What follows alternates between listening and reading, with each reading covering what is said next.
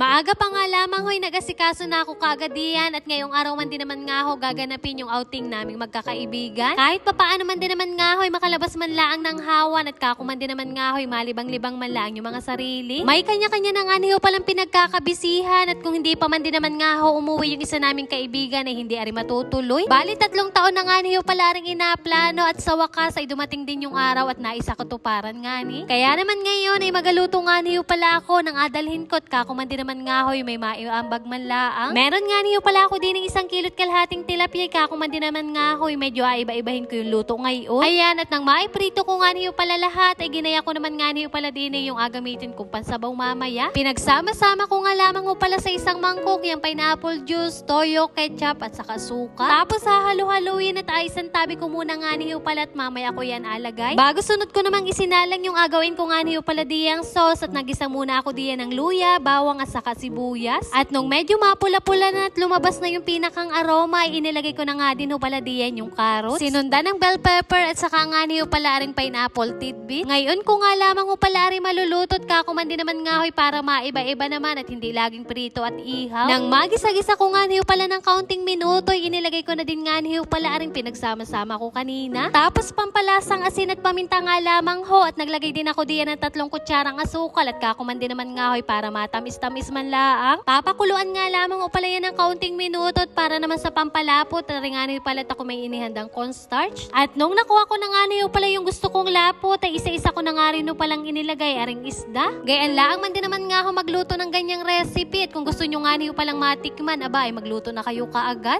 Fast forward na rin na nga niyo pala yung update sa ginawa kong pasibol. Ari nga niyo pala yung unang araw, ikalawang araw at yung patatlot ngayon ko nga din ho pala ari alutuin. Grabe at ako nga niyo pala yung nagulat at sobrang dami pala nung aking ginawa na yun. Pero hindi naman ho yun na sayang at pinagbibigyan din nga niyo pala namin yung ilang mga kumarites din. Ay siya fast forward na mahugasan ko nga niyo pala mapilian ng mga balat-balat at ari nga nito ako nagsimula na din kaagad magluto. Bali iprinito ko muna nga niyo pala diyan yung kamote na alaho ko mamaya tapos naman aring karnet ginisa ko na din kaagad. Nung medyo mapula-pula na isinantabi ko muna at dini ko na nga rin ho pala agisa aring samyang sibuyas at bawang. Tapos sunod ko namang inilagay aring carrots, bagyo beans at hinalo-halo ko lang man din naman nga ho at medyo gigisahin ng mga ilang minuto. Medyo half cook nga lamang ho pala yung ginawa ko diyan para kako naman malutong-lutong saka inilagay ko na din aring pechay bagyo. Inilagay ko na din aring pasibol at medyo hahalo-haluin lamang yaan para naman kumalat yung mga pampalasa kong nilagay. Tapos naglagay naman ako diyan ng kaunting tubig para nga niyo pala naman hindi masunog yung pinakang ilalim. Nakulangan pa nga ho ako sa lasa kaya naman naglagay na din ako diyan ng oyster sauce at saka nga niyo pala ng isang nor. Hinalo-halo ko lamang para naman kumalat yung mga pampalasa at hihintayin nga lamang pala yan hanggang sa maluto. Inilagay ko na nga rin ho pala yung iba ko pang alaho kagaya na rin kamoting prinito ko kanina at rin kaunting nga niyo palang ginili. Sana ito kuha man din naman nga ho ang kalahok niyaan kaso nga lamang naman ay walang mabili din sa bayan. Ay siya ayos lamang naman yun at rin nga niyo pala at luto na rin aking inaluto. Nagawa na nga rin ho pala ako diyan ng pinakang sauce at naglagay lang ako sa kawali ng 2 tasang tubig. Naglagay din ako diyan ng toyo, bawang, pampalasang asin paminta at saka nga niyo pala 5 kutsarang asukal. Nilagyan ko yan ng pampalapot at nung nakuha ko nga niyo pala yung gusto kong lapot ay diinahon ko na din kaagad. At para naman may ulam din sa amin naglagay na din nga niyo pala ako sa plato at tinimplahan ko na din. Nilagyan ko lamang din naman sa pinakang ibabaw ng pinakang sauce at saka nga ni aring mga tinudtod kong mani. At pagkatapos noon ay namahinga lamang ho ako diyan ng 2 oras at nagtungo na din kaagad ako doon sa pinakang venue ng aming outing. Bali pa po na kami nagpunta diyan at overnight nga niyo pala kami. At pagkarating ko din naghintay nga lamang ho pala ako ng kaunting minuto at nagdatingan na din yung iba kong mga kaibigan. Bago tuluyang pumasok ay syempre magasulat muna din ng pangalan at sakto nga niyo palang nakapromo sila kaya naman kami nakamura-mura. Bali kubutel yung aming napiling tulugan at sakto nga niyo palang may mga lamisa na din kaya naman tamang-tama yung aming napili. Nagasikaso na nga rin ho pala sila diyan ng iba pa namin mga ihawin bago din naman sa taas ay ako'y naghayin. At pagkatapos naman ay gumayak na din kami diyan para makakain at pinangunahan nga niyo pala ng isang panalangin bilang pagpapasalamat. Nakakatuwang isipin na nagkaroon kami ng gantong pagkakataon na muli nga niyo pala kami nagkasama-sama. Kung dati-rati lang man din naman ho ay nagaplano kami na wag pumasok ay ngayon man din naman ho ay plano para kami magkita-kita. Pero hindi nga lamang ho pala kami kumpleto diyan. Paano baga naman yung iba ay may mga trabaho na at yung iba ay may mga pispis na. Ayos nga lamang naman ho yun at napakarami pa namang pagkakataon para magkameron kami ng ganitong outing. Maya-maya naman habang kami mga nakain pa mga nagatawanan ay dumating naman aring isa naming kabatchmate at kaibigan ng aking kaibigan. Sabi ko nga sa kanya nag-abala pa siyang magbitbit na ring ice cream pero pag buklat pala ay sinugno. Pero wag kat, isa yan sa mga paborito kong meriendahin din sa amin. Ay siya'y hanggang din na nga lamang muna ho at napakarami pa pala naming apagkwentuhan at maghahagalpakan pa. At yun lamang for today's video. Maraming salamat sa inyong panonood. God bless.